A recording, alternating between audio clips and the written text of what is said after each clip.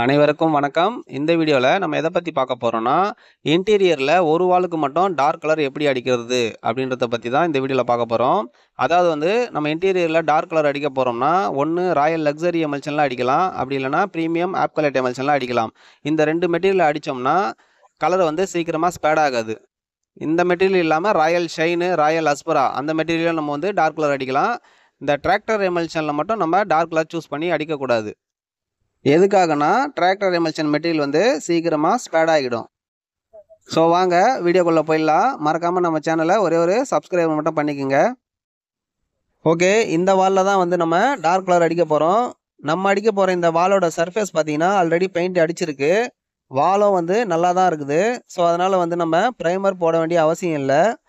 நம்ம டைரெக்டாக 2 கோடு dark colour அடிச்சுக்கலாம். ஃபஸ்ட்டு வாலை எம்ஆர் ஷீட்டை வச்சு நல்லா தேய்க்கணும். ரொம்ப அழுத்தி தேய்க்க வேண்டாம், ஏன்னா வால் நல்லா தான் இருக்குது. சும்மா லைட்டாக ஒரு நைஸ் மட்டும் அடிச்சுக்கணும். தேய்க்கிற ஷீட்டோட நம்பர் பார்த்தீங்கன்னா 150. ஒரு ஷீட்டோட விலை 20 ரூபா வரும். தேய்ச்சி முடித்ததுக்கப்புறம் வாலில் டஸ்ட்டு இருக்கும். அந்த டஸ்ட்டை கட்டை ப்ரஷ்ஷை வச்சு க்ளீன் பண்ணிக்கலாம். அப்படி இல்லைன்னா பூந்தொடப்பம் வச்சும் க்ளீன் பண்ணிக்கலாம். ஸோ அடுத்ததாக பெயிண்ட்டை மிக்ஸ் பண்ணிக்கலாம். இதில் நம்ம எடுத்துக்கிற பெயிண்ட் பார்த்திங்கன்னா 1 லிட்டரில் ராயல் லக்ஸரி எமல்ஷன் பெயிண்ட் எடுத்துருக்கோம். பெயிண்ட்டு ஓப்பன் பண்ணுறதுக்கு முன்னாடி ஒரு 10 செகண்ட் குளிக்கிட்டு தான் ஓப்பன் பண்ணோம். பெயிண்ட்டை ஓப்பன் பண்ணிவிட்டு ஒரு 4 லிட்டர் காலி டப்பாவில் ஃபுல்லாத்தையும் ஊற்றிக்கணும். பெயிண்டில் தண்ணி மிக்ஸ் பண்ணணும். 1 லிட்டர் லக்ஸரி எமல்ஷனுக்கு 250 ml தண்ணி தான் வைக்கணும். இது வாஷபிள் பெயிண்ட்டு. 250 ml தண்ணிக்கு மேலே வைக்கக்கூடாது. ஊற்றிட்டு இந்த மூடியை போட்டு க்ளோஸ் பண்ணிவிட்டு ஒரு 10 செகண்ட் கையில் குலுக்கிக்கணும். குலுக்கிட்டு மறுபடியும் அந்த பெயிண்ட்டை ஓப்பன் பண்ணிவிட்டு அந்த 4 லிட்டர் டப்பாலே ஃபுல்லாத்தையும் ஊற்றிக்கணும். அடுத்ததாக பெயிண்ட் அடிக்கிறதுக்கு 4 இன்ச்சு விக்கி ப்ரஷ் எடுத்துக்கலாம். ப்ரஷ்ஷை வச்சு பெயிண்ட்டை ஒரு 10 செகண்டுக்கு நல்லா மிக்ஸ் பண்ணிக்கணும். அடுத்ததாக பெயிண்ட் அடிக்கிறதுக்கு 8 இன்ச்சு காட்டன் ரோலர் ஒன்று எடுத்துக்கலாம். அதுக்கப்புறம் பெயிண்டிங் ட்ரே ஒன்று எடுத்துக்கணும். ட்ரேயில் பெயிண்ட்டை பாதி அளவு ஊற்றிக்கலாம். அடுத்ததாக ரோலரில் ட்ரேயில் இருக்கிற பெயிண்ட்டை தொட்டு ட்ரேவோட மேல் பகுதியில் ரோலரை இந்த மாதிரி உருட்டி பெயிண்ட்டை ஃபில்ட்ரு பண்ணி வச்சுக்கணும். 2-3 வாட்டி தொட்டு இந்த மாதிரி ட்ரேவோட மேல் பகுதியில் நம்ம ரோலரில் பெயிண்ட் இல்லாத அளவுக்கு ஃபில்ட்ரு பண்ணி ரெடி பண்ணிக்கணும். அதுக்கப்புறம் ப்ரஷ்ஷில் பெயிண்ட்டை தொட்டு இந்த மாதிரி டப்பாவோட சைடில் 1க்கு 2 தடவை நல்லா பெயிண்ட்டை நல்லா வழிச்சிக்கிட்டு ப்ரஷ்ஷில் பெயிண்ட்டை பாதி அளவுக்கு தொட்டுக்கிட்டு சீலிங்கோட கார்னர் ஏரியா ஃபஸ்ட்டு ஓரம் கட்டிக்கணும். ஓரம் கட்டும் போது ப்ரஷ்ஷில் பெயிண்ட்டு நிறைய இருக்கக்கூடாது. ஓரம் கட்டினதுக்கப்புறம் இந்த மாதிரி பட்டையாக வச்சு அடிக்கணும். ப்ரஷ்ஷில் ஓரம் கட்டி முடிச்சதுக்கப்புறம் ரோலரில் பெயிண்ட் தொட்டு ஃபஸ்ட்டு கோட்டிங் அப்ளை பண்ண ஆரம்பிச்சிடலாம். ரோலரில் பெயிண்ட்டு தொட்டு எடுத்து அடிக்கும் போது கொஞ்சமாக தான் தொட்டு எடுத்து அடிக்கணும். ரோலரில் பெயிண்ட் எடுக்கும்போது ட்ரேலே 2-3 வாட்டி உருட்டிக்கிட்டு கொஞ்சமாக தான் தொட்டு எடுத்து அடிக்கணும். ஒரு வாட்டி நம்ம ரோலரில் பெயிண்ட் தொட்டு எடுத்தோம்னா ஒரு 20 ஸ்கொயர் ஃபீட்டுக்கு பெயிண்ட் அடிக்க முடியும். அடிக்கடிக்கு ரோலரை பெயிண்டில் தொட்டு எடுக்கணும்னு அவசியம் இல்லை.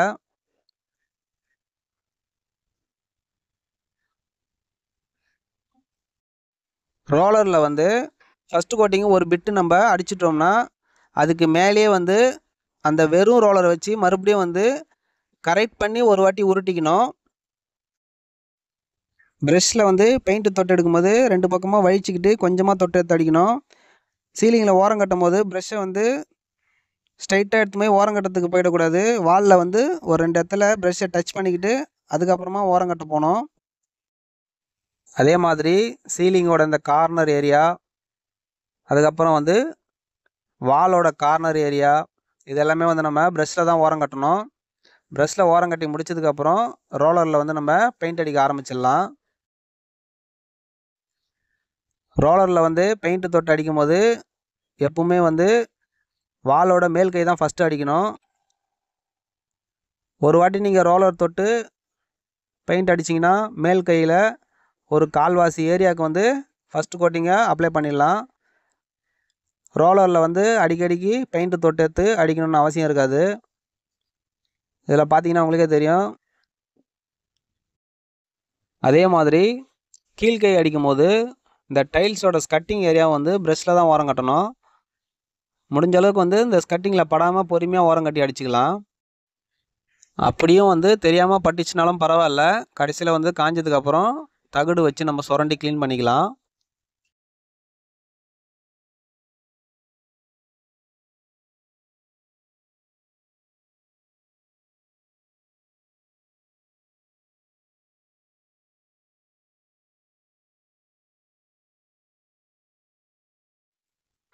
ரோலரில் வந்து ஒரு வாட்டி பெயிண்ட்டு தொட்டு அப்ளை பண்ணிட்டோம்னா அதுக்கப்புறம் வந்து மறுபடியும் வந்து அதே வெறும் ரோலரை வச்சு மறுபடியும் அந்த பெயிண்ட்டு மேலேயே ஒரு கோட்டு வலிக்கணும்.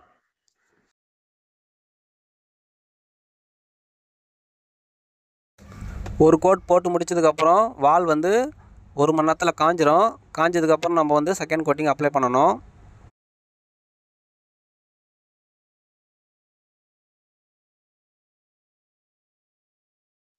ஃபஸ்ட்டு கோட்டிங் கம்ப்ளீட் பண்ணி முடிச்சதுக்கப்புறம் செகண்ட் கோட்டிங் அப்ளை பண்ணணும். செகண்ட் கோட்டிங் வந்து அதே மாதிரி தான் ஃபஸ்ட்டு கோட் நம்ம எப்படி அப்ளை பண்ணோமோ அதே மாதிரி தான். சீலிங்கோட கார்னர் ஏரியாலாம் ப்ரெஷ்ஷில் ஓரம் கட்டிட்டு, அதேமாதிரி வந்து வாலில் வந்து இந்த விண்டோவோட கிளாம்பு இதேமாதிரி சுவிட்ச் போர்டு எதனா இருந்ததுன்னா அதையும் வந்து ப்ரெஷ்ஷில் ஓரம் கட்டிக்கிட்டு செகண்ட் கோட்டிங் ரோலரில் தான் அடிக்கணும்.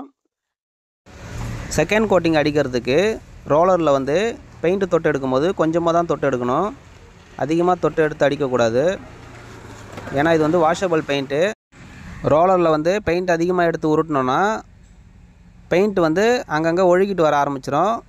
அதனால் வந்து முடிஞ்ச அளவுக்கு ரோலரில் வந்து பெயிண்ட்டை வந்து நம்ம கம்மியாக தான் தொட்டு அடிக்கணும் செகண்ட் கோட்டிங்க்கு. செகண்ட் கோட்டிங் ஒரு பிட்டு அடிச்சிட்டோம்னா அதுக்கு மேலேயே வந்து வெறும் ரோலரை வச்சு அந்த பெயிண்ட்டை வந்து மறுபடியும் கரெக்ட் பண்ணி கரெக்டாக உருட்டணும். வெறும் ரோலரில் வந்து பெயிண்ட்டே இருக்காது. நம்ம வந்து ஆல்ரெடி தொட்டு உருட்டிட்டோம். அதுக்கப்புறம் வந்து ரோலரில் வந்து பெயிண்ட் இல்லாமல் வெறும் ரோலராக இருக்கும்.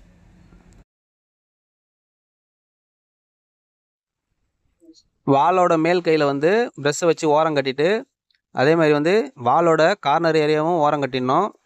ஓரம் கட்டி முடிச்சதுக்கப்புறம் வந்து ரோலரில் வந்து பெயிண்ட்டு தொட்டு அப்ளை பண்ண ஆரம்பிச்சிடலாம். ரோலரில் செகண்ட் கோட்டிங் ஒரு பிட்டு அடிச்சிட்டோம்னா மறுபடியும் வந்து அந்த வெறும் ரோலரை வச்சு அடித்த பெயிண்ட்டுக்கு மேலேயே லெவல் பண்ணி கரெக்ட் பண்ணி உருட்டணும். ஒரு வாட்டி நம்ம உருட்டிட்டோம்னு சொல்லிட்டு அதோட விட்டுறக்கூடாது. ஏன்னா பெயிண்ட் வந்து கொஞ்சம் வால் அங்கங்கே கொஞ்சம் அதிகமாக இருக்கும் திட்டு திட்டா. அதனால் வந்து வெறும் ரோலரை வச்சு மறுபடியும் ஒரு வாட்டி கரெக்ட் பண்ணி கரெக்டாக அடிக்கணும். செகண்ட் கோட்டிங் ஃபுல்லாக போட்டு முடிச்சதுக்கப்புறம் வாலோட ஃபினிஷிங் நல்லாயிருக்கும் பார்க்க. வால் வந்து இன்னும் காயலை, கொஞ்சம் ஈரமாக தான் இருக்குது. செகண்ட் கோட்டிங் காயறதுக்கு 1 மணி நேரம் ஆகும். செகண்ட் கோட்டிங் ஃபுல்லாக கம்ப்ளீட் பண்ணதுக்கப்புறம் ரோலரு ப்ரஷ் இந்த ட்ரேலாம் க்ளீன் பண்ணணும். அது க்ளீன் பண்ணுறதுக்கு முன்னாடி வந்து ரோலரில் பெயிண்ட் இருக்கும். அந்த பெயிண்ட்டை வந்து டப்பாவோட சைடில் இந்த மாதிரி வழிச்சிக்கணும். அதே மாதிரி ட்ரேயில் இருக்கிற பெயிண்ட்டையும் நல்லா வழித்து டப்பாலே ஊற்றிக்கணும். கடைசியாக வந்து 4 லிட்டர் டப்பாவில் இருக்கிற பெயிண்ட்டை தூக்கி அந்த 1 லிட்டர்லேயே ஊற்றி வச்சுக்கலாம். ராயல் எமல்ஷனு ஒரு 2 வாரம் கூட ஸ்மெல் வராமல் இருக்கும்.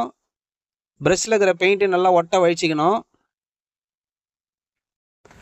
கடைசியாக ஒர்க்லாம் முடிச்சதுக்கப்புறம் ரோலரு, பெயிண்டிங் ட்ரே, ப்ரெஷ்ஷு இதெல்லாமே வந்து நம்ம தண்ணியில் தான் கழுவி க்ளீன் பண்ணணும். ரோலரை வந்து ஹேண்டிலேருந்து ரிமூவ் பண்ணிடணும். ரிமூவ் பண்ணிவிட்டு ரோலரை வந்து தலைகீழாக பிடிச்சிக்கணும். ஒரே பக்கமாக தான் பிடிச்சி கழுவணும். ரோலரை வந்து மாற்றி மாற்றி கழுவக்கூடாது. ஒரே பக்கமாக பிடிச்சி தொங்கினா மாரி கழுவுனா தான் பெயிண்ட் வந்து அடியில் இறங்கும். பார்த்தீங்கன்னா தெரியும் உங்களுக்கு, ஒரே பக்கமாக தான் கழுவணும். ரோலரில் வந்து இந்த பெயிண்ட்டோட கலர் வந்து போகிற வரைக்கும் நம்ம கழுவணும். பெயிண்ட்டோட கலர் போய் அதுக்கப்புறம் நம்ம வந்து கழுவினே இருக்கும்போது வெறும் தண்ணி மட்டும்தான் வரும். அந்த மாதிரி வர அளவுக்கு கழுவினா தான் ரோலர் வந்து சுத்தமாகிடுச்சின்னு அர்த்தம். அதுக்கப்புறம் இந்த ப்ரெஷ்ஷு கழுவலாம். ப்ரெஷ்ஷையும் வந்து நேராக பிடிச்சி கழுவக்கூடாது. தலைக்கே அந்த மாதிரி பிடிச்சிக்கிட்டு கையிலேயே வந்து பிழிஞ்சு கழுவணும். சும்மா ஒரு நிமிஷம் கழுவினா போதும். இந்த மாதிரி கழுவிட்டு ப்ரெஷ்ஷில் வந்து தண்ணி இருக்கும், அதை அப்படியே வந்து அதிலே உதறிடுங்க. அடுத்ததாக வந்து ட்ரேவை வந்து சுத்தம் பண்ணிக்கணும். ட்ரேயில் வந்து பெயிண்ட் இல்லாத அளவுக்கு சுத்தமாக கழுவி வச்சுக்கணும். ஏன்னா அடுத்ததாக வந்து வேறு வாலில் கலர் அடிக்கும் போது இதனோட கலர் வந்து அதில் ஒட்டக்கூடாது. அடுத்ததாக வந்து க்ளீன் பண்ணதுக்கப்புறம் வந்து ரோலரில் வந்து தண்ணி இருக்கும். அந்த தண்ணியை வந்து ஏதாச்சும் ஒரு வாலில் வந்து இந்த மாதிரி உருட்டி உருட்டி தண்ணியை வந்து ஃபில்ட்ரு பண்ணி எடுத்துடணும். ரோலரை வந்து மேலே இந்த மாதிரி செவுத்தில் வச்சு உராசி கீழே வலிச்சு விடணும். கீழே வலிக்கும் போது இந்தமாரி ரோலர் சுற்றும் போது அதில் இருக்கிற தண்ணி எல்லாமே ஃபில்டராகி வந்துடும். ஸோ ஃபைனலாக வந்து எல்லா ஒர்க்கும் முடிச்சதுக்கப்புறம் டைல்ஸில் வந்து பெயிண்ட்டுங்களாம் அங்கங்கே டாட்டாக சிந்திருக்கும். அந்த மாதிரி சிந்தின பெயிண்ட்டை வந்து இந்த மாதிரி பட்டி பிளேடை வச்சு சுரண்டி க்ளீன் பண்ணிக்கலாம். 1 லிட்டர் ராயல் லக்ஸரி எமல்ஷன் பெயிண்ட்டுக்கு எத்தனை ஸ்கொயர் ஃபீட் ஏரியாவுக்கு பெயிண்ட் அடிக்க முடியும் அப்படின்னு கணக்கு போட்டு பார்த்தோம்னா 120லேருந்து 130 ஸ்கொயர் ஃபீட் வரைக்கும் கவரேஜ் கிடைக்கும். அதாவது ஒரு கோட்டுக்கு. அதே மாதிரி ஸ்கட்டிங்கில் வந்து பெயிண்ட்டு கொஞ்சம் இறங்கி இருந்ததுன்னா அதையும் வந்து தகுடு வச்சு சுரண்டி க்ளீன் பண்ணிக்கலாம். ஓகே ஃப்ரெண்ட்ஸ், எல்லா ஒர்க்கும் நம்ம கம்ப்ளீட்டாக முடிச்சிட்டோம். இந்த வீடியோவில் வந்து ஒரு வாலுக்கு மட்டும் டார்க் கலர் எப்படி அடிக்கணுன்றதை பற்றி தெளிவாக பார்த்து நம்ம தெரிஞ்சுக்கிட்டோம். ஸோ இதில் ஏதாச்சும் டவுட் இருந்ததுன்னா கமெண்ட் பாக்ஸில் கேளுங்க. ஸோ அதில் நான் உங்களுக்கு ரிப்ளை பண்ணுறேன். அதே மாதிரி இந்த வீடியோ நீங்கள் கடைசி வரைக்கும் பார்த்ததுக்கு ரொம்ப ரொம்ப நன்றி. இதே மாதிரி நம்ம வேறு ஒரு வீடியோவில் பார்க்கலாம். ஸோ அது வரைக்கும் தேங்க்யூ, டாட்டா, பாய் பாய்.